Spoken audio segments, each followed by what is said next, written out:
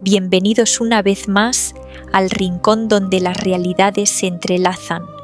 Soy la narradora Multiversos y hoy nos alejamos de los dragones de Poniente para viajar a una galaxia donde la elegancia y la traición visten de seda y acero.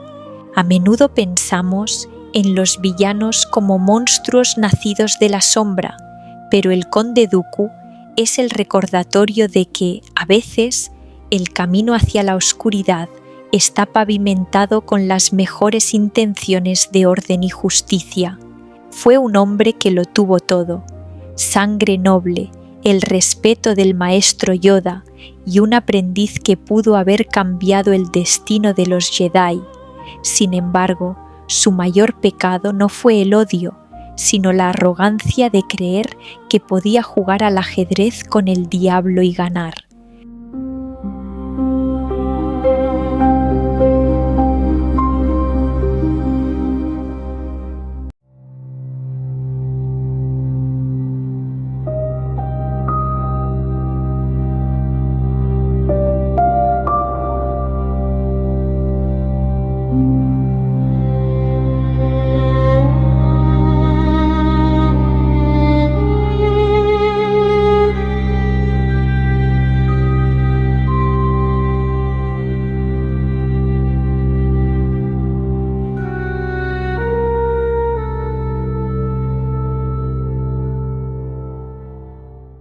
Mucho antes de que el nombre Tyrannus provocara terror en los sistemas estelares, Dooku era un sinónimo de prestigio en el planeta Sereno.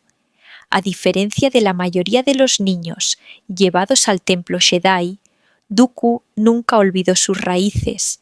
Su sangre era azul, su herencia era de castillos y diplomacia. Fue un niño rechazado por su padre biológico, el conde Gora, quien temía su poder. Esa herida original, ese rechazo de la nobleza de sangre, lo empujó a buscar una nobleza aún mayor en la fuerza. Cuando el maestro Yoda lo tomó como Padawan, se encontró con una mente tan afilada como una vibracuchilla. Yoda le enseñó que la fuerza era un flujo constante, pero Dooku la veía como un instrumento de precisión absoluta. Bajo la tutela del pequeño gran maestro, Dooku se obsesionó con el Makashi, la segunda forma de combate con sable de luz. En una era donde los Jedi se enfrentaban principalmente a blasters y droides, Dooku se especializó en el duelo de esgrima pura, un arte elegante que reflejaba su desprecio por la brutalidad tosca de la guerra moderna. Para él, un sable de luz no era solo un arma, era el símbolo de una casta superior que debía imponer la paz mediante la excelencia. Sin embargo, la relación con Yoda era un choque de titanes intelectuales. Dooku admiraba el poder infinito de su maestro, pero despreciaba profundamente su pasividad política. Mientras Yoda hablaba de paciencia, de meditar sobre el futuro y de aceptar la voluntad de la fuerza, Dooku veía a una república que comenzaba a pudrirse bajo el peso de su propia burocracia y la avaricia de los gremios de comercio. En sus sesiones de entrenamiento en el templo, Dooku a menudo cuestionaba las enseñanzas del consejo, ganándose la reputación de ser un hombre difícil. Se preguntaba si la luz no era en realidad una venda en los ojos que impedía a los Jedi ver que el sistema al que servían estaba colapsando. A veces, en la soledad de sus estancias, Dooku imaginaba su vida si nunca hubiera sido Jedi. Se veía como el conde de Sereno, un gobernante justo y firme que no necesitaba pedir permiso a un senado corrupto para erradicar el hambre o la piratería. Esa chispa de arrogancia aristocrática, la convicción de que solo él tenía la visión necesaria para salvar la galaxia de sí misma, fue la semilla que Yoda no pudo arrancar de su corazón. Dooku no quería servir a la fuerza, quería que la fuerza sirviera a la civilización a través de él.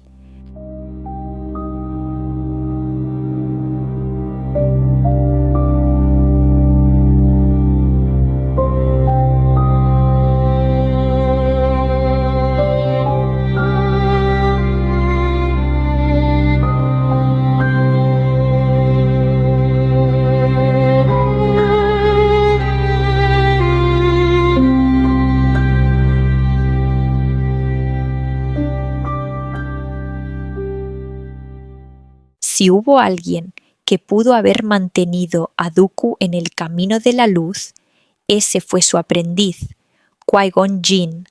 En Qui-Gon, Dooku vio un reflejo de su propia inconformidad, pero filtrada a través de una compasión y una fe en la fuerza viva que él mismo empezaba a perder. Juntos recorrieron la galaxia resolviendo conflictos, y en cada misión la frustración de Dooku crecía al ver cómo los Jedi eran utilizados como simples policías de lujo por políticos corruptos. Ver a su aprendiz desafiar al Consejo era un motivo de orgullo silencioso. Qui-Gon era el Jedi que la galaxia necesitaba, alguien que priorizaba el presente sobre las visiones abstractas. Pero cuando Qui-Gon murió en Naboo a manos de un Lord Sith que el Consejo no supo prever, algo se rompió definitivamente. No fue solo el dolor de perder a un hijo espiritual, fue la confirmación de que la Orden Jedi era una institución caduca, demasiado débil para proteger a sus mejores hombres y demasiado ciega para ver la oscuridad que ya los rodeaba. Tras la muerte de su aprendiz, Dooku comenzó a investigar las profecías que Qui-Gon tanto amaba, pero las leyó con ojos contaminados por el cinismo. Buscó en los archivos prohibidos de la Orden y empezó a comprender que el lado oscuro no era necesariamente un mal absoluto, sino una fuente de poder crudo y necesario para imponer el orden. Su partida de la Orden Jedi fue un acto de elegancia suprema. No hubo gritos ni batallas cinematográficas, simplemente entregó su sable, reclamó su herencia y su título en sereno y se marchó como uno de los 20 perdidos. Pero el vacío de su propósito fue llenado por su antiguo amigo Saifo Dyas. Saifo Dyas compartía sus miedos sobre una guerra inminente y apocalíptica, pero mientras su amigo buscaba soluciones dentro de la luz mediante la creación de un ejército secreto de clones, Dooku ya estaba siendo seducido por una voz que le ofrecía una solución más radical. La traición y asesinato de Saifo Dyas fue su punto de no retorno. No lo hizo por odio, sino por una lógica gélida. Para que el plan de salvación galáctica funcionara, no podía haber cabos sueltos ni testigos con escrúpulos. Dooku sacrificó su última amistad en el altar de lo que él llamaba el bien mayor.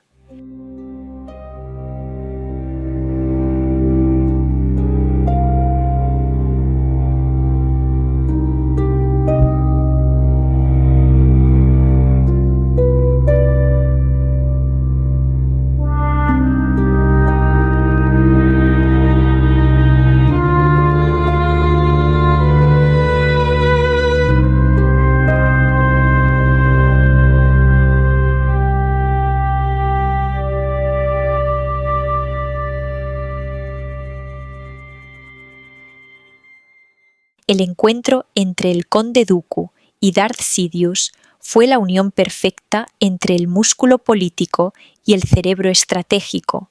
Sidious no se presentó como un monstruo, sino como un visionario, un hombre de Estado que, al igual que Dooku, despreciaba la inoperancia del Senado.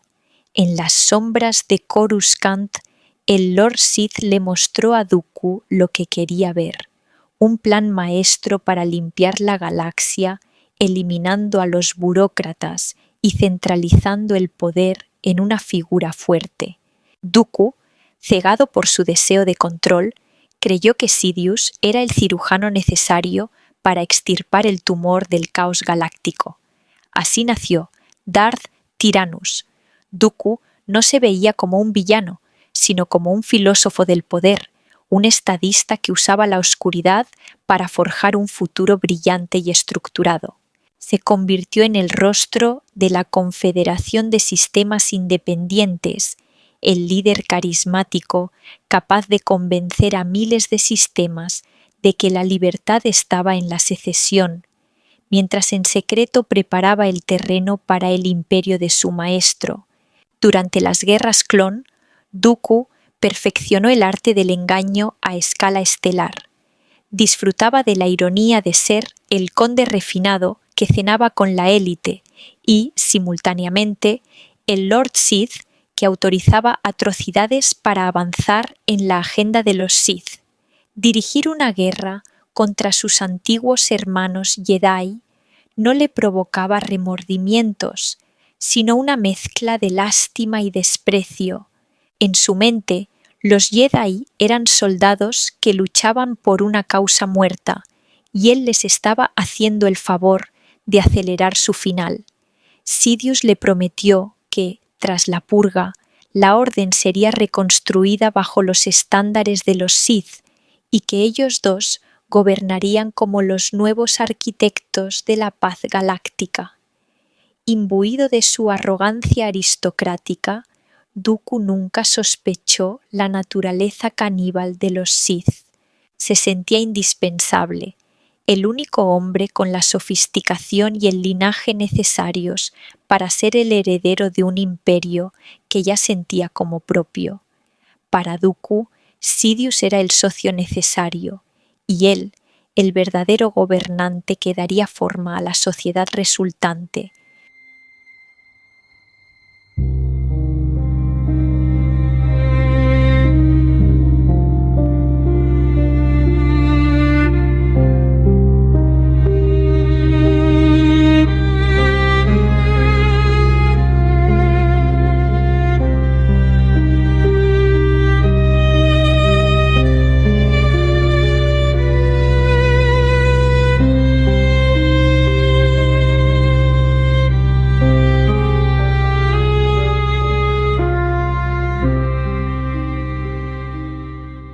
A medida que el conflicto se intensificaba, una figura empezó a obsesionar a Dooku: Anakin Skywalker. El conde lo observaba en cada duelo con una mezcla de curiosidad y repulsión. Para Dooku, Anakin era una contradicción intolerable, un poder bruto que desafiaba la lógica, pero atrapado en una mente esclava de sus emociones básicas. Veía en el joven el fracaso del entrenamiento de Obi-Wan y, por extensión, de la Orden Jedi. Dooku despreciaba la tosquedad de Anakin, su falta de refinamiento en el combate y su ira desbordada, pero no era ciego al interés casi paternal que Sidious mostraba hacia el chico. Sin embargo, en su soberbia, Dooku se convenció de que Anakin era solo un ariete, un arma desechable que usarían para derribar los últimos muros del templo Jedi antes de que su propia inestabilidad lo hiciera inútil para el futuro gobierno. En su mente, Dooku ya había asignado un papel a Anakin en su nuevo orden. Lo veía como un capitán de ejércitos, un ejecutor que siempre necesitaría de la mano firme y la inteligencia superior de Tyrannus para ser efectivo. Subestimaba el vínculo que su maestro estaba tejiendo con Skywalker, creyendo que la regla de 2 era una reliquia histórica que ellos, como seres superiores, podrían trascender. Pensaba que Sidious valoraba su estatus social, su capacidad diplomática y su madurez por encima de la potencia sin refinar de un joven exesclavo. Su propia convicción de ser especial le impidió ver que para un Sith la utilidad es la única forma de valor, y su utilidad estaba llegando a su fecha de caducidad.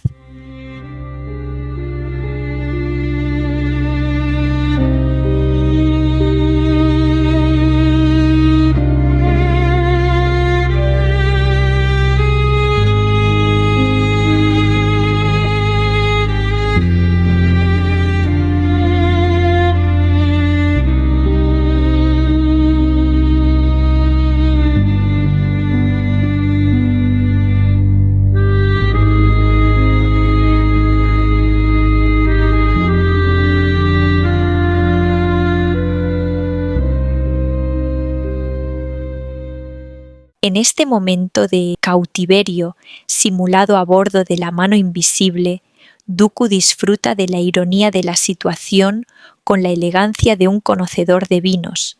El canciller supremo, el hombre que tiene la galaxia en un puño, está fingiendo ser un rehén asustado, mientras Dooku interpreta el papel del villano separatista. Todo es una coreografía perfecta diseñada para atraer a Anakin y Obi-Wan a la trampa final. Dooku se siente en la cúspide de su existencia.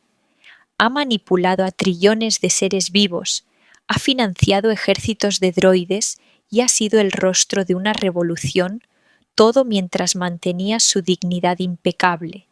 Para él, esta batalla en los cielos de Coruscant es solo un trámite, el acto final de una obra de teatro antes de quitarse la máscara. No siente miedo ante la llegada del elegido, siente una impaciencia casi arrogante. Quiere acabar con la farsa, dejar de ser el líder de una confederación de alienígenas codiciosos y ocupar su lugar legítimo en el centro del poder humano. Cree entender cada matiz de la mente de Sidious, interpretando su silencio como una aprobación de su genialidad. No percibe que la silla en la que Palpatine está sentado no es una prisión de la que deba ser rescatado, sino un palco desde el cual el maestro va a juzgar si el aprendiz actual todavía es digno de conservar su cabeza.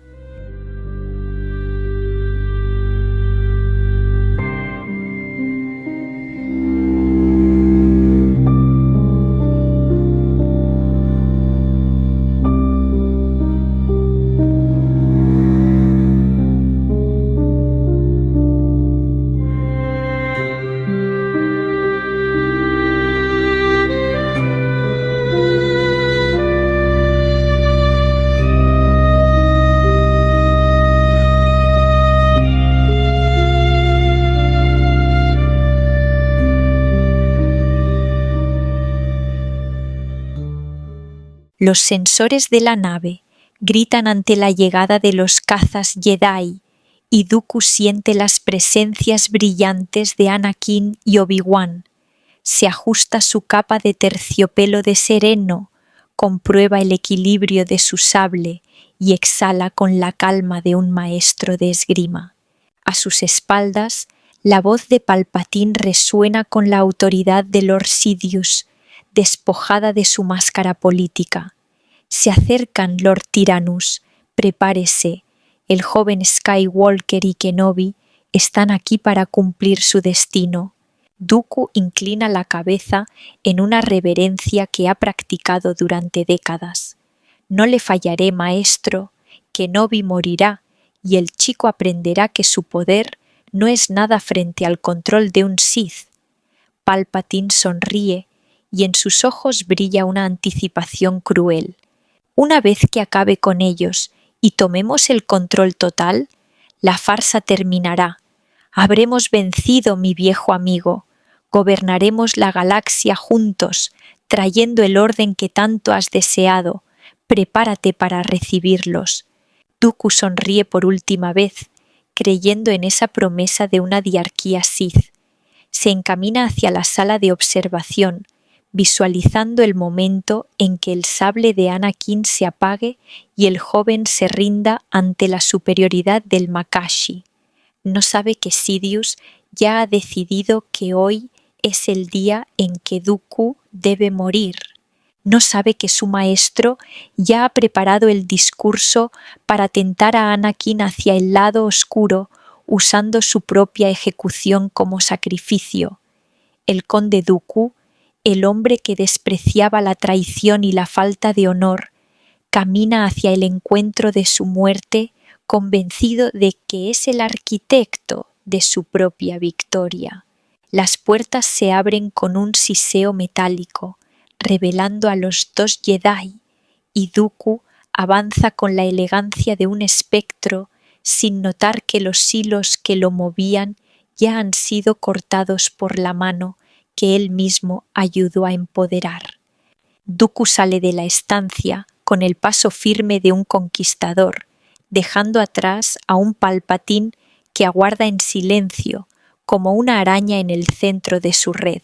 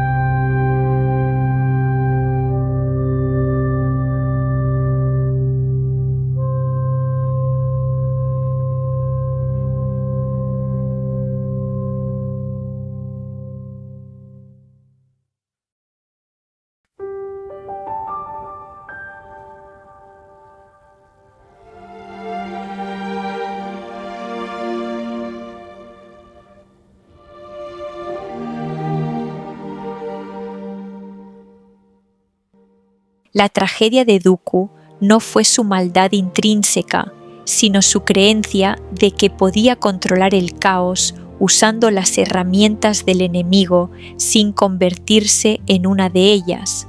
Al final, el Conde de Sereno no fue más que una herramienta desechable, un hombre que vendió su alma por un orden que nunca llegaría a ver. Soy la narradora multiversos, y mientras las puertas se abren para revelar a los dos Jedi, recordamos que en el juego de los Sith no hay amigos ni aliados, solo aquellos que sirven y aquellos que son consumidos por el fuego de su propia ambición.